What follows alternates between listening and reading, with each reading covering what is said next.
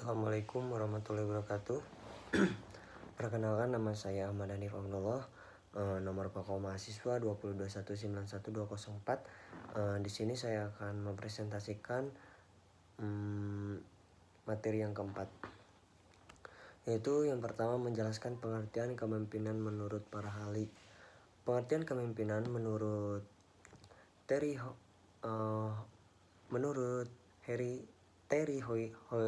Hoyt dalam Kartono atau tahun 2003. Pengertian kepemimpinan yaitu kegiatan atau seni mempengaruhi orang lain agar mau bekerja sama yang didasarkan pada kemampuan orang tersebut untuk membimbing orang lain dalam mencapai tujuan-tujuan yang diinginkan kelompok.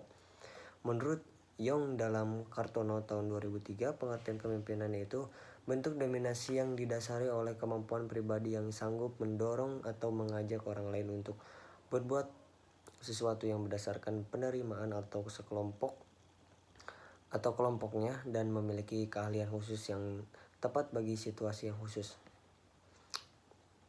Menurut Mujiono tahun 2002, memandang bahwa leadership tersebut sebenarnya sebagai akibat pengaruh satu arah karena pemimpin mungkin memiliki kualitas tertentu yang membedakan dirinya dengan pengikutnya.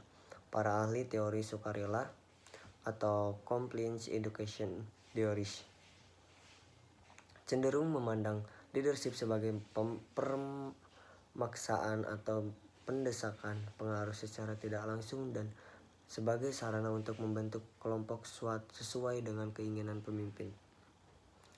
Dari beberapa fungsi di atas dapat disimpulkan bahwa kepemimpinan kemampuan mempengaruhi orang lain, bawahan atau kelompok, kemampuan mengarahkan tingkah laku bawahan atau kelompok, memiliki kemampuan atau keahlian khusus dalam bidang yang diinginkan oleh kelompoknya untuk mencapai tujuan organisasi atau kelompok. Selanjutnya menjelaskan fungsi pemimpin. Seorang pemimpin berperan besar dalam menentukan setiap kebijakan sebuah organisasi. Tujuan organisasi bisa tercapai ketika seorang pemimpin mampu menjalankan tugas dan fungsinya dengan baik. Oleh karena itu, setiap organisasi atau kelompok membutuhkan seorang pemimpin yang mengerti tentang fungsi kepemimpinan. Melansir dari media Liti.com, fungsi kepemimpinan merupakan usaha untuk mengarahkan anggota kelompok agar memiliki semangat yang tinggi dan bekerja sebaik mungkin. Selain itu, fungsi kepemimpinan juga berkaitan dalam mengatur hubungan antar individu atau kelompok dalam organisasi. Hal ini perlu dilakukan guna mewujudkan organisasi yang bergerak ke arah mencapai tepat sasaran.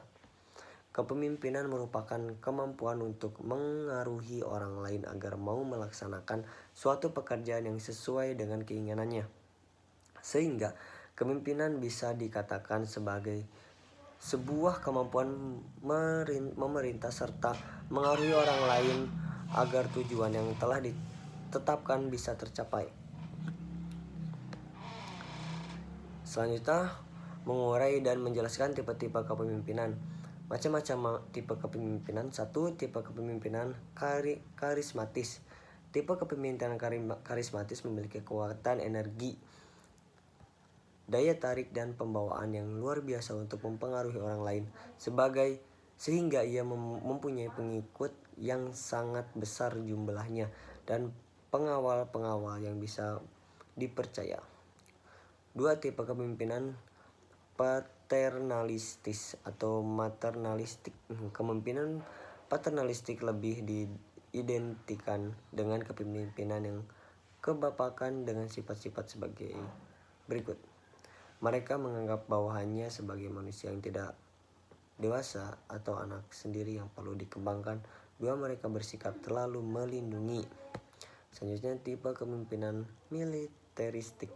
Tipe kepemimpinan militeristik ini sangat mirip dengan tipe kepemimpinan otoriter. Adapun sifat-sifat dan tipe kepemimpinan militeristik adalah, yaitu yang pertama, lebih banyak menggunakan sistem pemerintah atau komando, keras dan sangat otoriter, kaku dan seringkali kurang bijaksana. 2. Menghendaki kepatuhan mutlak dan bawahan. 3. Sangat menyenangi formalitas, upacara-upacara, ritual dan tanda-tanda kebesaran yang berlebihan. Selanjutnya tipe kepemimpinan otokratis. Kepemimpinan otokratis memiliki ciri antara lain. Yang pertama, mendasarkan diri pada kekuasaan dan paksaan mutlak yang harus dipatuhi. 2. Pemimpinnya selalu berperan sebagai pemain tunggal. 3. Berambisi untuk merajai situasi. Selanjutnya tipe kepemimpinan laissez-faire. Pada tipe kepemimpinan ini, praktis pemimpin tidak memimpin.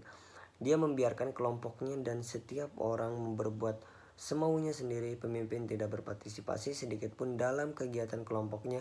Semua pekerjaan dan tanggung jawab harus dilakukan oleh bawahannya sendiri. Pemimpin hanya berfungsi sebagai simbol, tidak memiliki keterampilan teknis, tidak mempunyai wibawa, tidak bisa mengontrol anak buah, tidak mampu melaksanakan koordinasi kerja, tidak mampu menciptakan suasana kerja yang kooperatif.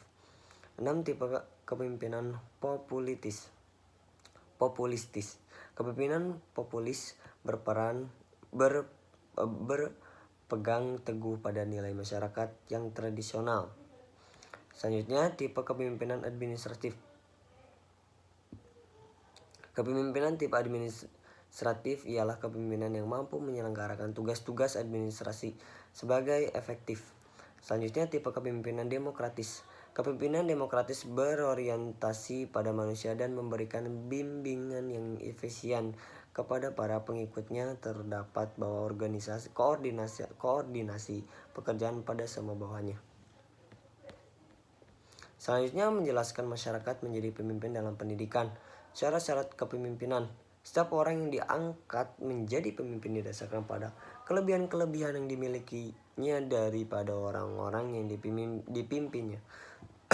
Untuk menjadi pemimpin, diperlunya adanya syarat-syarat serta sifat-sifat yang harus dimiliki seorang pemimpin. Beberapa syarat kepemimpinan dalam pendidikan yang sangat penting dan perlu mendapat perhatian antara lain. Yang pertama, rendah hati dan sederhana. Kedua, bersifat suka menolong. Ketiga, sabar dan memiliki kestabilan emosi. 4. Percaya pada diri sendiri. 5. Jujur, adil dan dapat dipercaya. 6. Keahlian dalam jabatan. Selanjutnya menjelaskan keterampilan kepemimpinan dalam pendidikan. Yang pertama, keterampilan dalam pemimpin.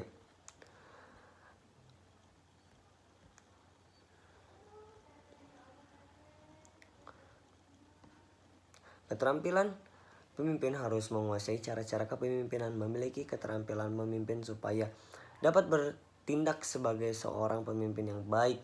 Untuk hal itu antara lain, ia harus menguasai bagaimana caranya menyusun rencana bersama, mengajak anggota berpartisipasi, memberi bantuan kepada anggota-anggota kelompok, memupuk moral kelompok, bersama-sama membuat keputusan, menghindari working on the group dan working for the group.